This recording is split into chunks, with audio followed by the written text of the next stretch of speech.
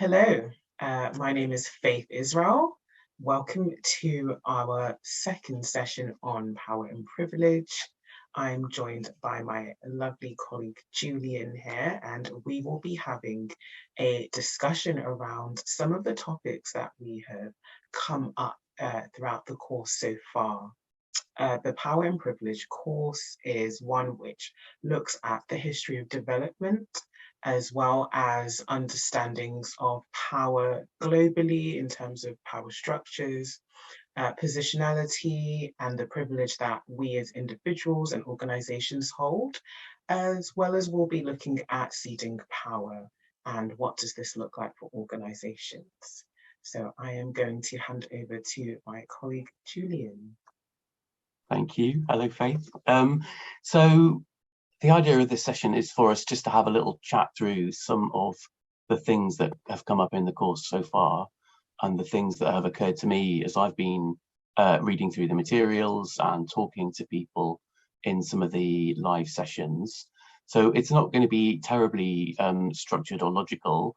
It's really just a few sort of random thoughts that I've had and thought would be interesting to talk to Faith about and get a better perspective. And so I'd like to start with some things around the beginning of the course. And I suppose essentially there are concepts that we're talking about within the course that I thought I understood and probably didn't understand. And I think that I'm in a similar position to a lot of people within the sector in Wales, who are very, very well-meaning and have got some experience in the area, but still are really learning and don't understand some of the things that are going on. And so the first thing I'd like to talk about is around racism and white supremacy. Which I, 20 years ago would have believed I understood completely as concepts, but I think are quite argued over. And one thing that leapt out to me was the definition of racism within, it was a little document called in week 3, Uncle Sam the Pusherman, which defined racism as race prejudice plus power. And there's also some work there looking at white supremacy as being not fundamentally related to chaps walking around with bed sheets over their heads or literal Nazis, but to white supremacy as a system, which is not overtly and obviously racist, but which nevertheless is. And I wanted to ask you, Faith, if you could talk a little bit more about those and about how you are seeing racism and white supremacy as concepts within the power and privilege analysis.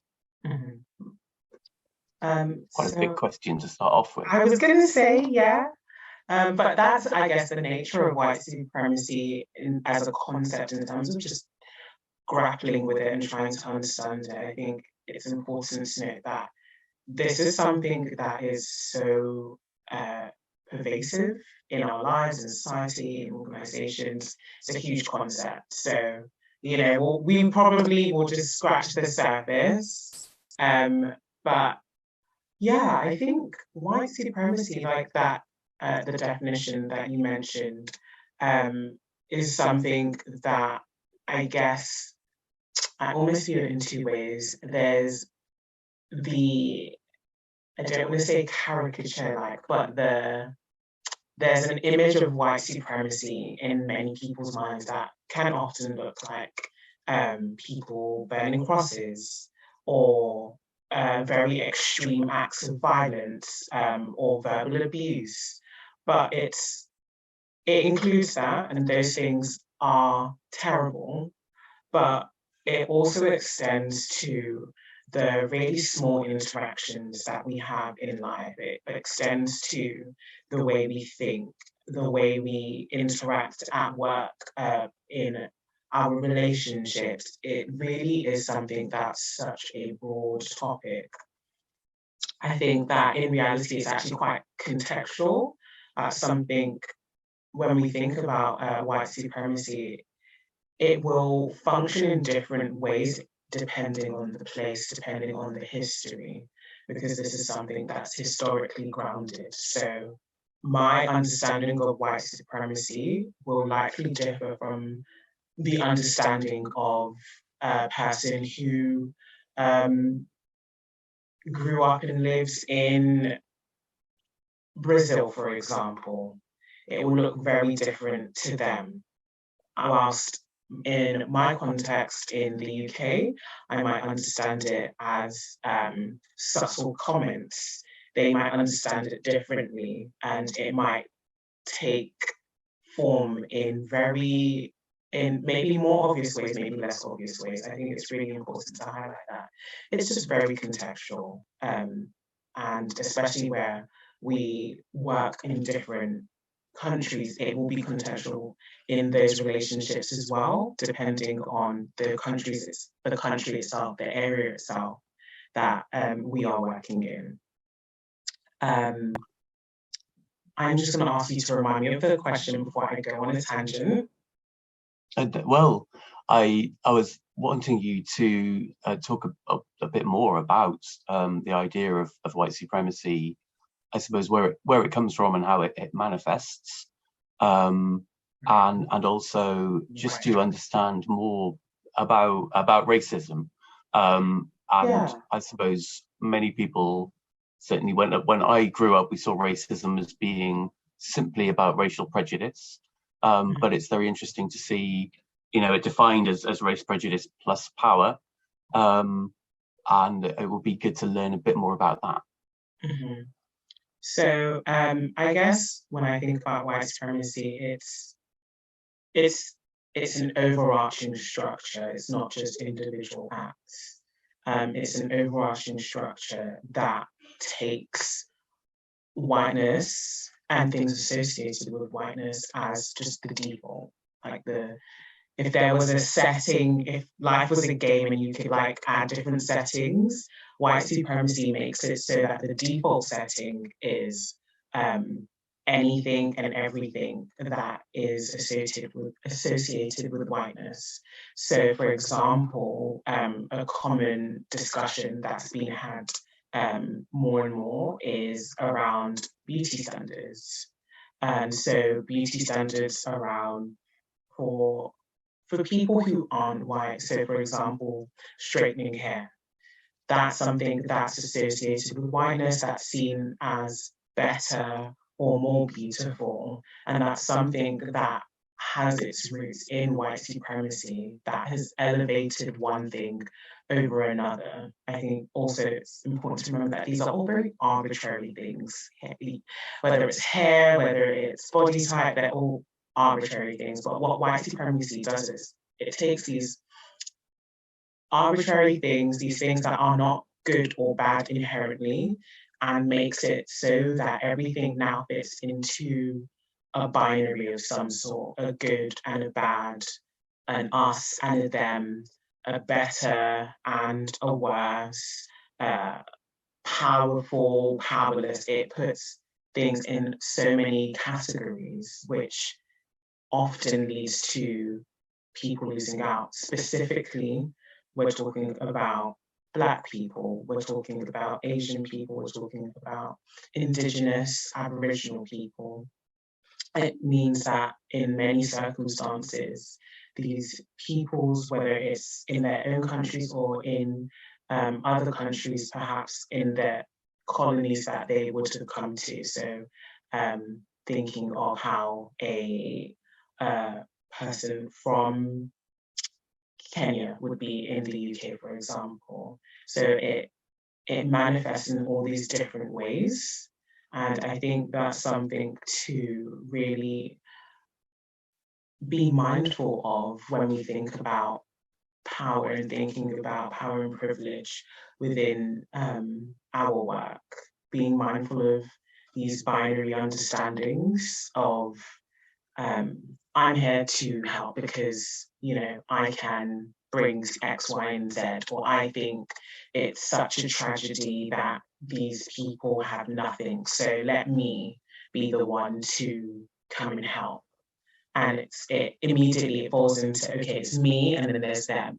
You know, it innocently, I will say, well-meaning, it might be well-meaning, but it falls into that same binary trap, that understanding of, okay, I can do it and they need the help. So I think white supremacy is just, yes, it's so broad. It's something that's rooted in dominance, rooted in violence and exploitation, and particularly within development work, working as an NGO in another place, it's really important to be mindful of this history that, you know, will likely be different for various communities, various countries. It's important to be mindful of that when you are working in order to mitigate against thinking or mitigate against reinforcing white supremacy.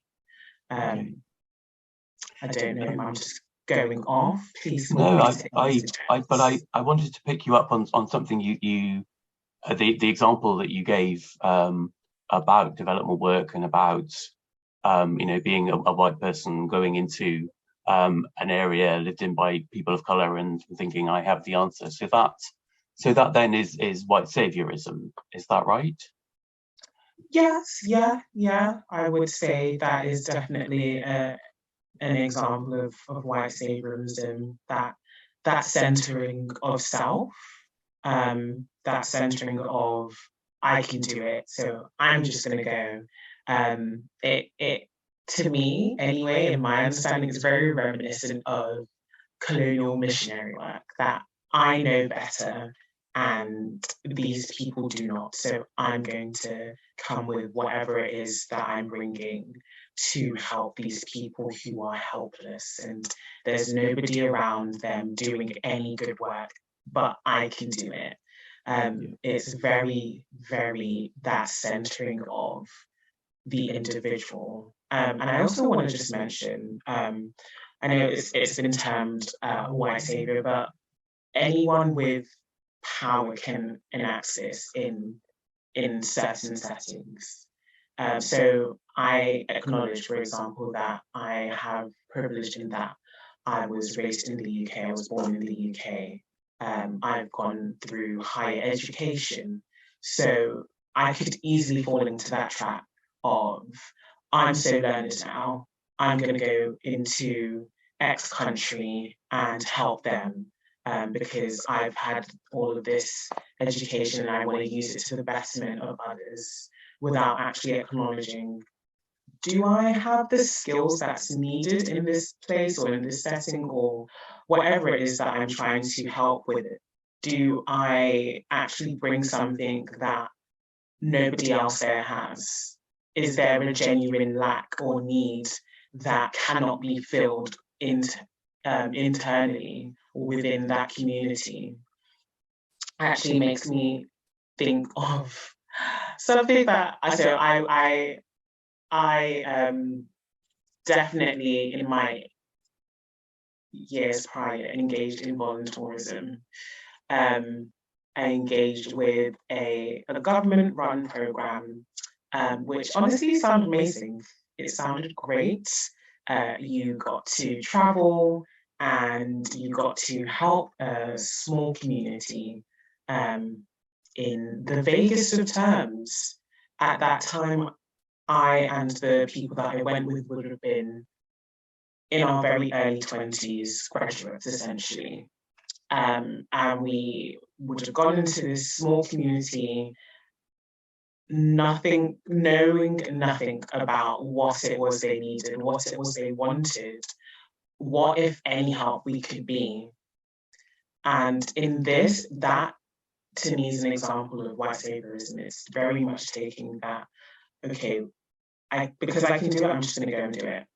Because I could technically build an orphanage, I'm going to go and build an orphanage, even though I don't have any building skills or knowledge of civil engineering. I'm just going to go and do it because I guess brick, cement, pile it on top, and boom, slap on a sign that says orphanage, and I'm done. Okay. I think it's that lack of reflection on actually, let me remember that these people are one people. They know what they need, they know what they want, and they can vocalize this if you engage with them, if you speak with them. I'm sure that in any circumstance, of course, a translator might be needed, but in any circumstance, it is possible and should definitely be a starting point when you're carrying out work, is talking to people, talking to them, finding out what has been done, what would they need right now, what would help them in the longer term. I think another issue is with white saviorism, it's very short-term focused. It's very, this made me feel good. I had this urge, and then I went to so-and-so place and I did X, Y, and Z. And then I came back. Yeah. And in one of the discussions that we had in the session, a person gave an example of how a large organization installed many water pumps, I believe it was, many water pumps around the city centre, ignoring the fact that it was in the more rural areas that would have needed this. But in addition, they were also just left to be there without any actual follow-up in terms of if it needed a replacement, if it needed fixing, it was just left there. And I think that is another way in which the white savior complex can exhibit itself, in that it's just not very long term. And if we're trying to actually help people, then it's important to think about what are the goals, what are the things that these people need right now, how can I help? What have they said they will need? But also think in 10 years, what will the impact of what I'm doing today be? Will it be that, okay, I will make sure that these people are also trained to take care of these water pumps, and they know if it breaks, I'll need this particular screw, for example, and I know where to go and get it, and I know who to speak to. It's thinking these things through, both in the short and the longer term. I think that's very important, and unfortunately, too often a symptom of the white savior industrial complex that exists.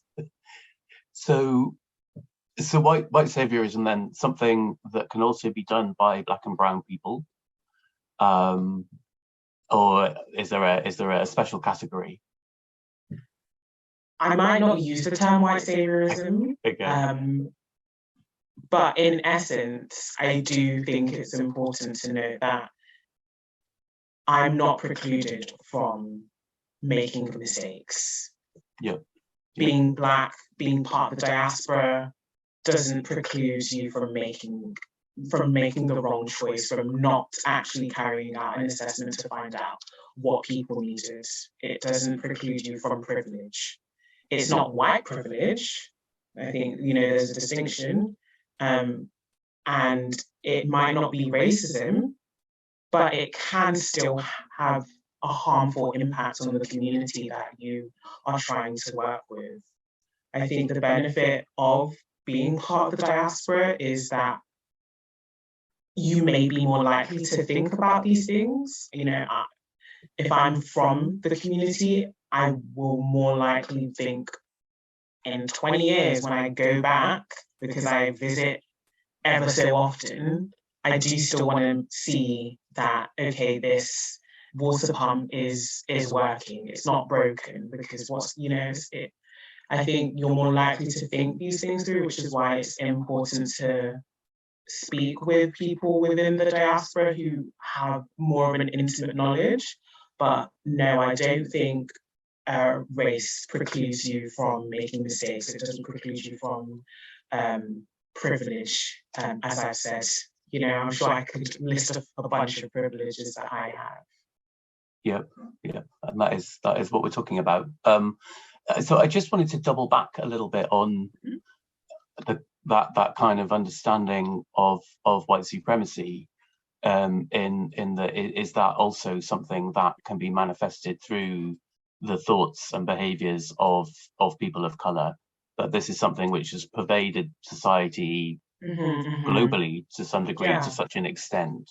Yeah, I think it's definitely possible for anyone to engage in, the reinforcement of white supremacy. In another session, I know someone mentioned how people would look to them being white, being European, as just, you've got all the expertise, you know best, so I'm just going to let you, go forth and do everything. And had actually really internalized many of these racial power imbalances. They'd internalized this racist view that they don't have expertise, that their experience isn't valid. So I definitely believe that people can internalize racism, they can internalize the workings of white supremacy. And that's why it's so important to think about power dynamics think about the history of these dynamics, because I'm sure when you understand what's come before, it's a lot clearer to understand the rationale of that person who was saying those things, and not just bulldoze through and say, oh, that's terrible, but think compassionately about, okay, why does this person think that way? Okay, that's how they got there. How can I speak with them in a manner that they'll understand that their experience is valuable, that their knowledge is useful, and so they can know this and help other people to realize this. I think that's something that is unfortunately a fact. Anybody can reinforce white supremacy, regardless of their race. Okay. And this, I mean, this stuff is very, it's important for all of us in all of our lives, but we're thinking particularly about the Wales Africa community and those relationships between communities and individuals in Wales and Africa. So what would you say would be the kind of key signs to look out for?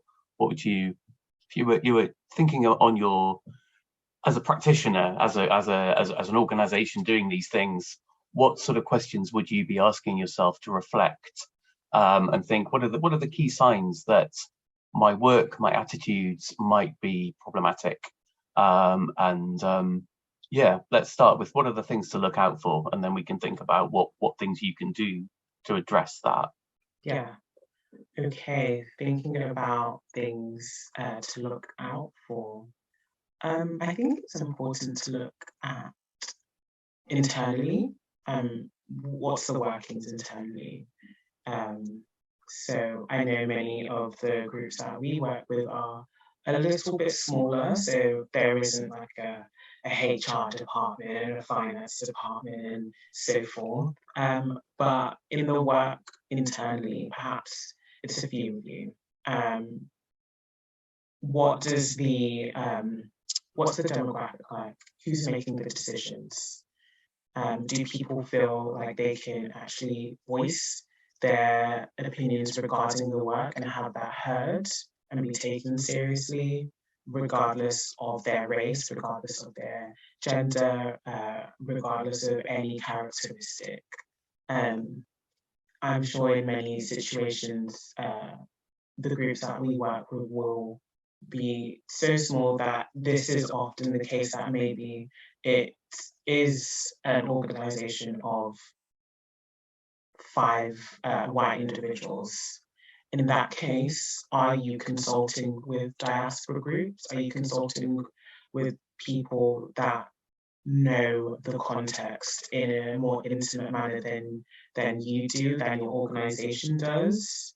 I think these are some things to just think about initially, before looking at the work itself. I think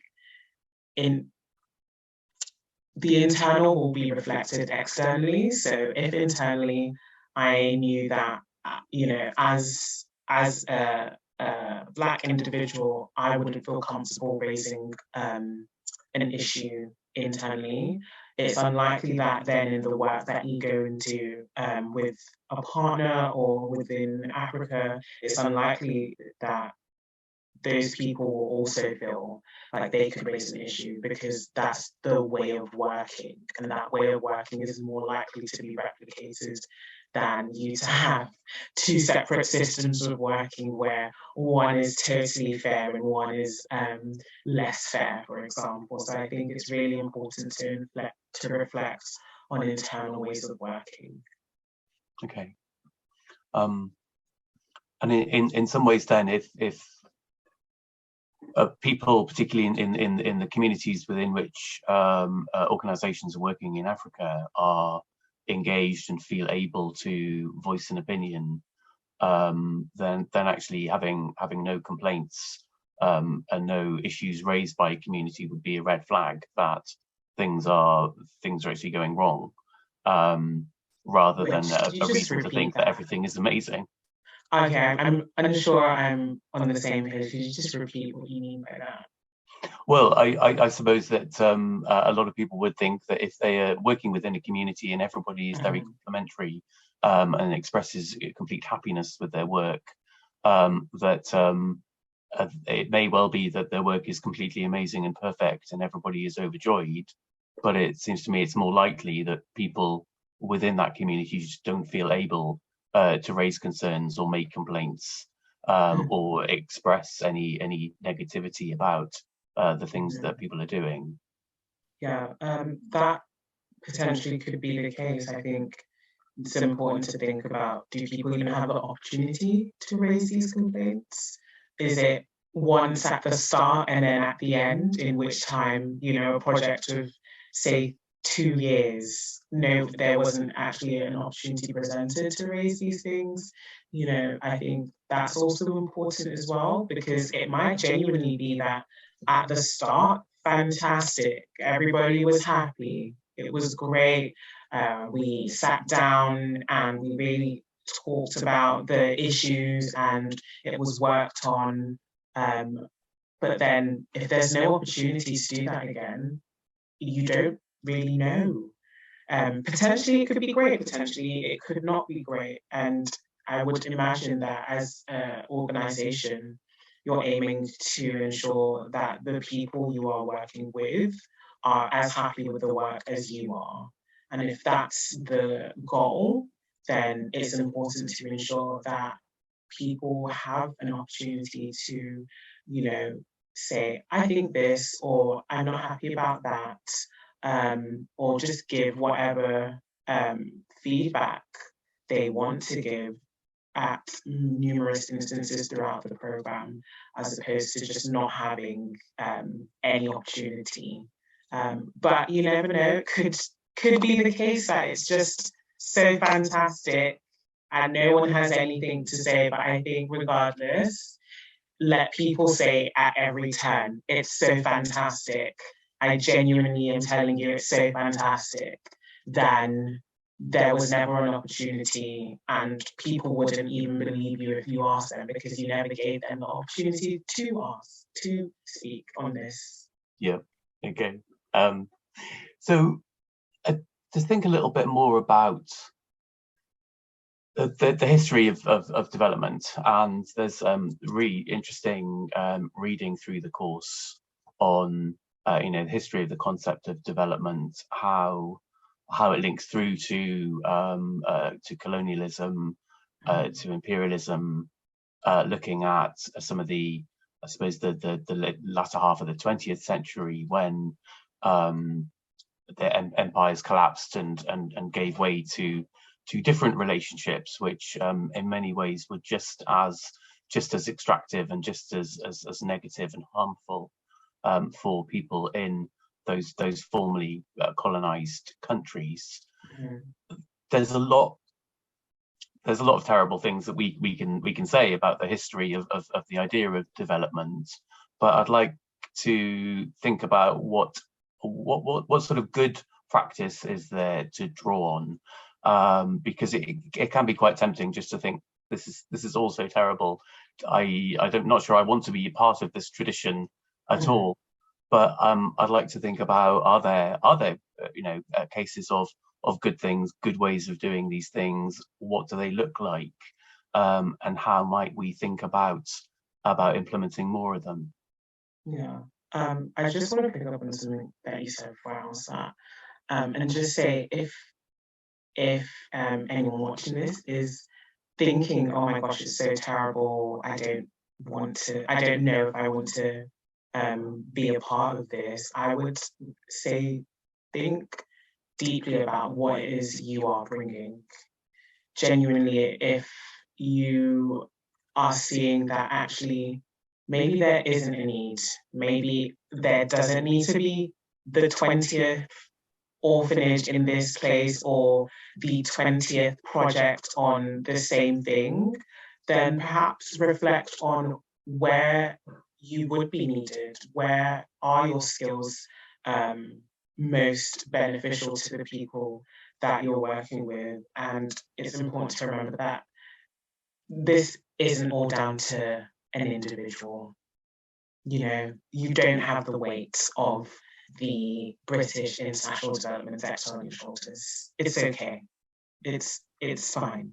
You know, you can take a break. It's completely fine. But I would say to really interrogate those feelings and also just look at the need, because there is need. There is so much, and look at maybe where you might fit in that perhaps might not be exactly where you are now. So yeah, I just wanted to highlight that. But some good. So I think some of the good things that we are seeing a lot more are more equal partnerships between organizations, between groups, partnerships that genuinely take into account what both parties want, the goals and aims of both of them, and move forward on that basis. Like we just spoke about in terms of giving the opportunity to have your voice heard, I would say that that's something that would be good to see as an organization working in Africa. I would say ensuring that people are continually consulted if, for example, this isn't a space that you've worked in previously and you don't already have all the knowledge, making sure that local people have the opportunity to input into the project, that the needs assessment wasn't just done sitting behind a desk in Cardiff and never speaking to anyone that was actually going to be carrying it out, actually going to be on the receiving end of the project. I think it's really important to, make sure that people are included throughout the way. Something that we will be also talking about is seeding power. And I think a great thing to think about is also looking long term. What is this project going to be in 20 years? What do you want it to be? Do you still want to be doing that work? If you do, maybe think about why you still feel the need to be doing that work in 20 years. Think about, is there a way that this can go on without you? If there was, in fact, we've just had a pandemic in which the whole world kind of closed down for a moment. Think about what would happen if you aren't there. Can the project continue if your team couldn't be there?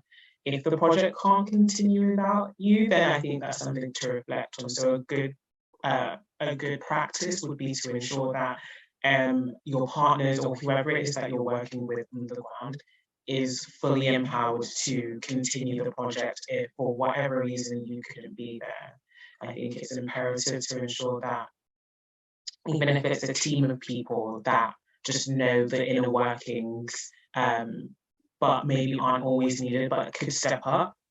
I think it's really important to have that as just part and parcel of the project. It shouldn't be a last minute effort, but something that's actually been really thought about from inception as well.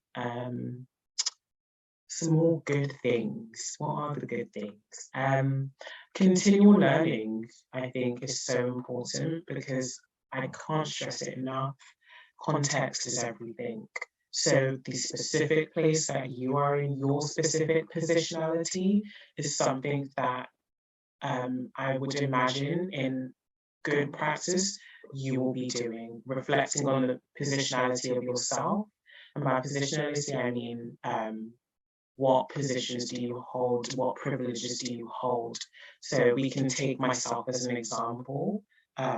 My position is that I'm a Black person. I live in the UK.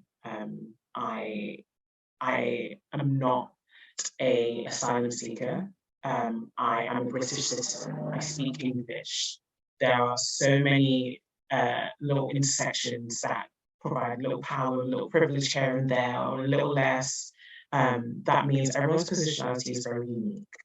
And that also makes up the organizations as well. So, you know, whether it is that you are funded by individuals or government grants, that all feeds into the organization's position. And I think it's very important when you're doing the work to think about that positionality, think about how it will impact the work, whether that means I might need to work a bit more heavily with the community because I know that we are an organization of white men who face a large amount of privilege, or perhaps it means that maybe as a diaspora person, you might need to just be more mindful of the more subtle ways in which privilege can show up, and the way that it might not be as overt as, say, if you are a white person, or if the organization was made up of predominantly white people. So I would say those are some good practices to bear in mind in the work that we do. Not being afraid to say, oh, I was going to say profanity, but I'm not going to say that. Not being afraid to say, oops, this was wrong. I'm holding my hands up. How can I do better? I think that is key. I know in the social media age, it can feel a bit daunting. It can feel like, oh my gosh, what will people think? But again, thinking about what is the goal? What are the ways in which you want to work? And if the long-term goal is to actually have a sustainable impact, then sometimes it's saying, okay, I messed up and I'm going to do better. I'm going to do whatever it is this group or person who's been harmed by this work has said they need doing or they need done. I think it's being comfortable with that fact, which is probably quite a tall order because nobody really likes to be wrong, and no one, you know, likes the feeling of being wrong or making a mistake when it has such a real impact on people's lives. But unfortunately, we're human. It happens. So I think good practice is just getting comfortable with that. Okay, mistakes might happen, but what am I going to do next? How am I going to ensure it doesn't repeat itself? How am I going to make sure that I am holding this organization, myself as an individual, accountable to ensure that, you know, we're not slipping into reinforcing white supremacy or enacting racism in our work. So yeah, I would say those are a couple of things. Okay, so to find, you know, the final point I think was the really important was around being constantly open to self-reflection and being open to the thoughts of those people around you and those people that you're working with, and also I suppose drawing from that is there's so many sets of power and privileges to understand and unpack. And that we need to be thinking about the, you know, the power and privilege that we have as UK based, as Welsh based organisations in relation to communities, that communities, institutions, workplaces, you know, there's schools, hospitals, all sorts of organisations that we would be working with in Africa, but also moving towards the end of the conversation, because I think I've got quite a lot out of you so far, but thinking about understanding the power dynamics within those communities as well. And we've long been training people, and you know, it's very important to understand those power dynamics, and when you're doing a needs assessment, it's very important to understand that if you go to the whole community as one, then those people most likely to speak up are those people who already have power, and you need to find ways of engaging with people within that community who have less power and are less keen to stand up and speak in front of everybody. But one thing that kind of gets raised often by very well-meaning groups in Wales who are doing this work, who are doing the reflection, who then find that they have got one desire, which is to understand power, privilege, and to work with those people who have the least privilege within communities. They also have a desire to be led by the community that they're working with, and sometimes we'll find that being led by the community that they're working with means actually bringing along some of those imbalances that already exist within the community. And I think many people and organizations find themselves in a bit of a dilemma of, do we work as we're told that the community would like to, when we feel that that piece of work is say disadvantaging women within the community or disadvantaging a particular religious group, and how do you spot that happening, and what sorts of techniques could people be using to try to overcome some of those imbalances? Okay. I'm probably going to need you to repeat some of those questions, but save the difficult one to last. So I think when working in communities, I think it can be tricky. This is something that I've also heard often from people that feel uncomfortable when they see power dynamics that they view as wrong or unequal or whatever it is.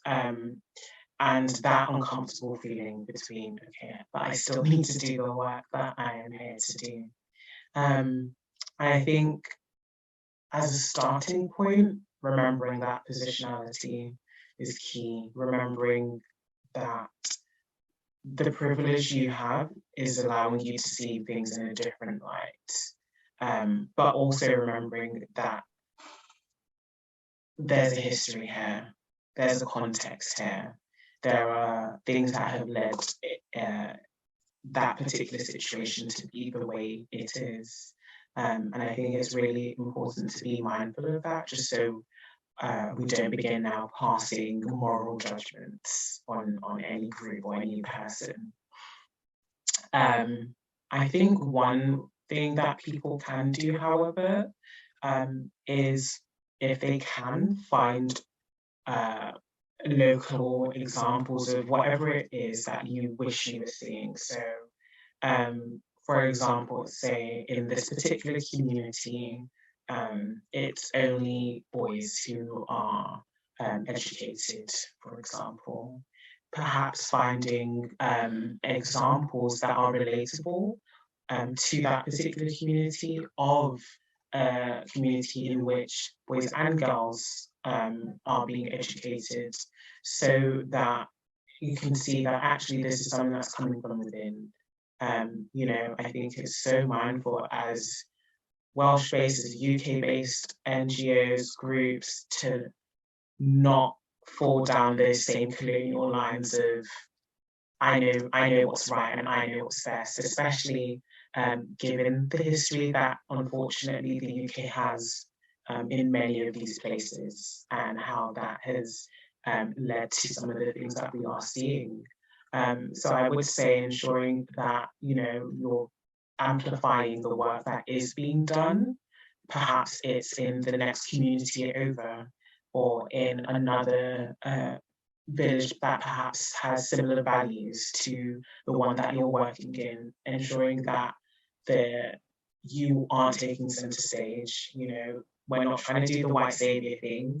We're trying to ensure that we are amplifying people's voices, because it is likely that work is being done, but it might, like you said, it might be that this person isn't shouting the loudest, isn't their voice isn't being centered. So I would say that's a good place to start. If possible, collaboration. you know, there is a way that you can collaborate with that person, that group, or whatever it is, and bring it to the community that you are working with, then that is also something that can be done, because we also want to be mindful that there's a balance between cultural differences and power imbalances. And what we may see from our positionality as an imbalance might be something that is actually just a culturally different thing that we now misinterpreted as such. So I think it's really important that, you know, we are ensuring that we are always speaking with those who know more, who are familiar with the context, who live in the context that we are working in. And that should always be your starting point, as well as then amplifying the voices, the work of people who are doing the work to change this power imbalance. And as well, if you can, incorporate some of those solutions that perhaps that local person that you're working with or that you've identified is doing. If you can incorporate those solutions into your work, fantastic. If that's not the case, I think, what's the word? Compromise. Finding a compromise in the short term, because it's unlikely you're going to change an entire social system. It's pretty unlikely that within the lifespan of that project, that's what you'll be doing, especially if, you know, it's not adjacent to the work that you were trying to do. If it's something that's completely unrelated, but it's also having a negative impact, it might not be as easy to incorporate. So I would say, what is the compromise that you can find in the short term to start making those strides towards a more equal power balance? What is the first step that you can take that still is respectful of the community that you're working with, but is acknowledging that this isn't something I'm comfortable with, this is a power imbalance, and if we're going to be working together, then I want to make sure that we are meeting somewhere in the middle. And that will likely look different depending on the issue, depending on the group, depending on the geographical location. But I think it's really important to center the people first, center the people that you're working with. So if that marginalized group perhaps doesn't have the space to speak within the conversation that you're having with whoever your contact is, then ensuring that that group of people, they do maybe have that space to speak either with that person or if possible directly with you, and working to find that solution or that compromise in the short term. I think is some of the things that we can do and some of the things that we can be mindful of when we see these power imbalances within communities. Okay. Thank you very much. I think I better stop asking you questions. Oh, okay. That was very interesting and hopefully will provoke a few people to think of some more things to ask the next time we have a live session. So thank you very much for that. No worries. And our next session will be, I believe, in about 2 weeks, and that will be our final session, looking at positionality and ceding power. It will be great to see as many of you there.